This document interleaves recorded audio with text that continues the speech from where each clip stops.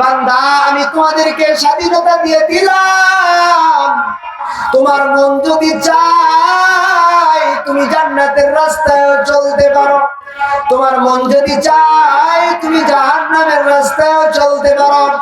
তুমি যদি মসজিদের মধ্যে গিয়ে ইবাদত করো কখনো তোমাকে কেউ বাধা দিবে না। আল্লাহ বলেন বান্দা তুমি যদি কোনো সময় গানের বাড়িতে দৌড়াও কোনো সময় তোমাকে বাধা দিবে না যে তুমি মুসলমান হয়ে কেন গানের বাড়িতে আসলাম। তবে বান্দা শুনে রাখো এই দুনিয়াটা হলো পরীক্ষার হল।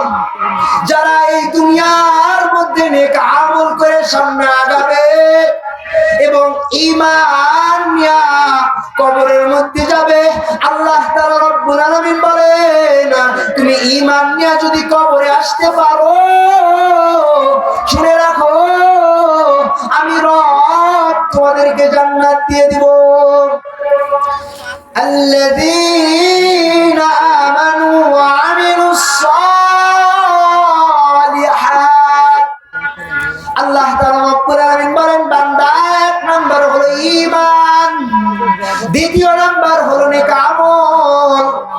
তোমরা যদি ঈমানটা নিয়ে কবরে যাইতে পারো আর সঙ্গে যদি নেক আমল করো আমি রবের ওয়াদা, আমি আল্লাহ